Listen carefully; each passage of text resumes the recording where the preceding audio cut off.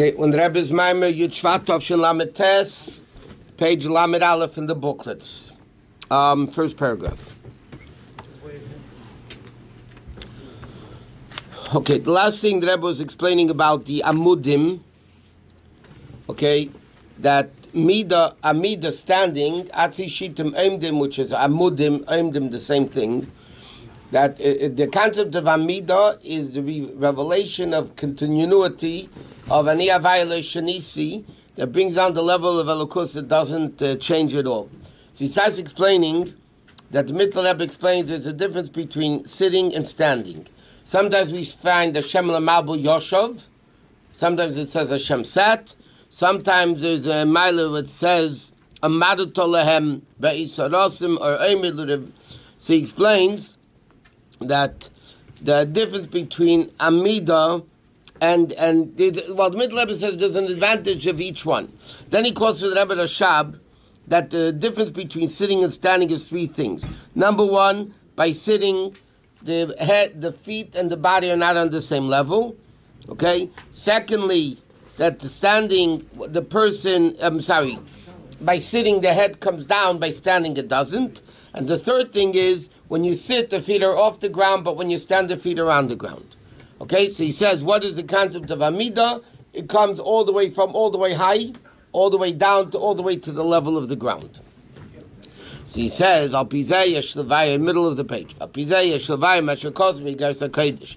Now we can explain what the Alter Rebbe says in the Garsa Kodesh about mitzvahs, Shem Kamei Amudim. The mitzvahs are like pillars. Like we learned, why are mitzvahs considered pillars? Because mitzvahs connect Hashem with the world.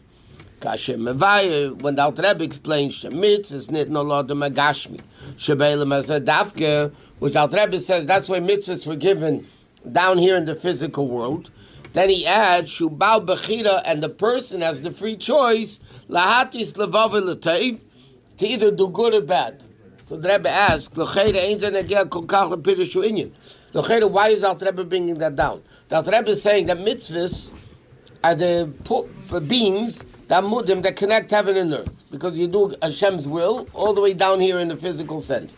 Then a person has the free choice to do or not to do it. Why is it relevant to what he's explaining about mitzvahs?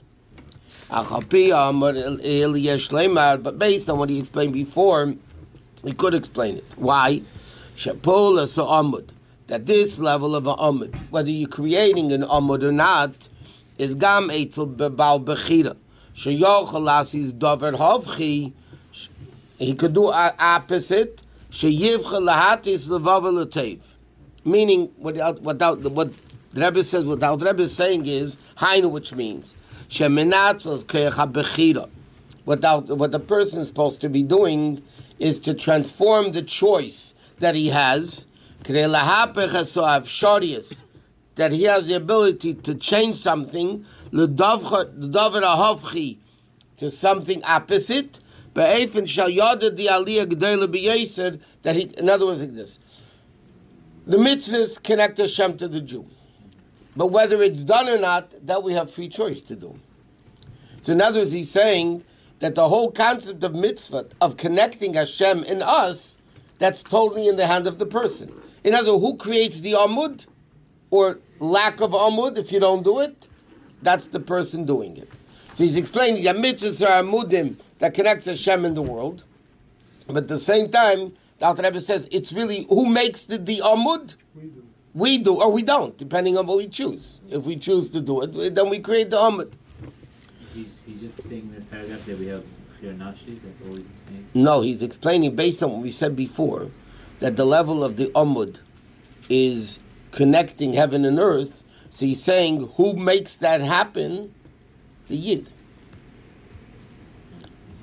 Because we have free choice, we can either make something super great, bringing down Alukus of Aniyah Vayla Shanisi, the infinite level of Hashem, all the way down here, or we choose not to make an Amud, not to make the connection between them. And then the Friedrich Rebbe adds in the end of the parak says, therefore, at the end of the Lost Love, it says, right? His feet are going to stand on Mount Olives. Whose feet? Huh? Who's he talking about? Jews, Mashiach, Hashem, Hainu, which means Shebizman HaGeula. In the time of Mashiach's coming, Ya'inyan Amida is going to be the level of Amida. What do you mean, Vamdu Raglov? Physically, obviously it's not physical. Vamdu Raglov means there's going to be the level of Amida. Okay, Lamata Mata, Sharaglayim Eindim Al Ha'oretz. Not like yeshiva that you're sitting above, the feet are above the ground. V'shamnim Sherbei from the Leishanisi. In a way of Leishanisi Momaila Lamaila. In other places, I believe it explains, the Indian Zaysim, olives represent oil, the essence. For Amdur Aglav, Alara Zaysim means it's going to come down the essence of Hashem down here, but in a way, Amdur Aglav Alara Zaysim is going to be standing, meaning he's going to come all the way down to the lowest of levels, not like the level of yeshiva, where the feet are above the ground. To the level of Harosh. And that itself, the way the head is standing, meaning not sitting, where the head comes down lower, but rather with the way the head is standing, in a standing position, that the head is on top of the body. And just like it is by La'asad Love and Mashiach comes, and then we can also understand Bismana Golus at the end, see Bismana Golus. At the end of Golus, it's also the same thing.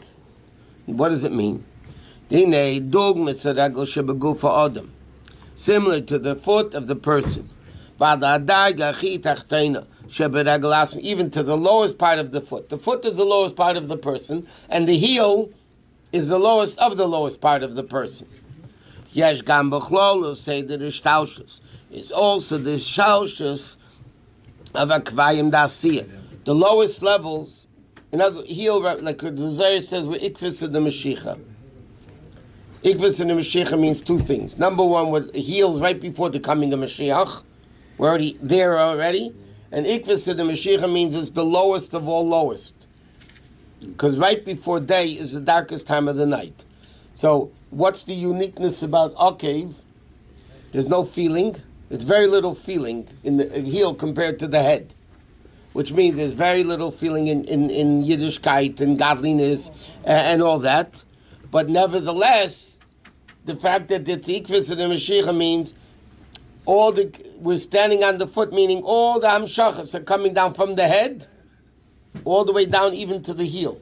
Not only to the higher part, but even to the heel. It's also in time. She'ikvis in the Mashiach, which with time right before the coming of Mashiach, was nasin yamaritol amadol lahem. Amadol lahem, like he quoted the Basi before from the Rebbe Rasha, from the Mittler Rebbe, amadol lahem, when be'isarasam. Meaning when they have problems, you're on a very low level, nevertheless, amadol lahem, you Hashem stood for them. Meaning, the highest level of Elokus is coming all the way down, even in the place of problems. In the oppression and the measurements and the limitations of Golus, to add,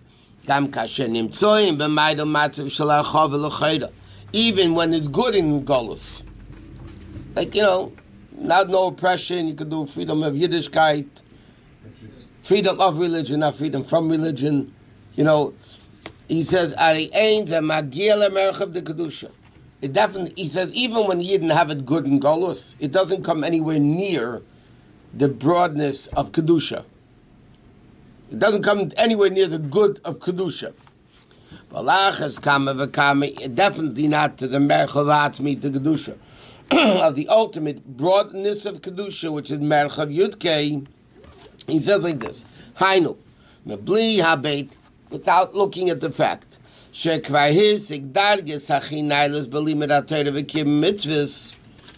The person like today could be on a high level of learning Torah, high level of learning mitzvahs.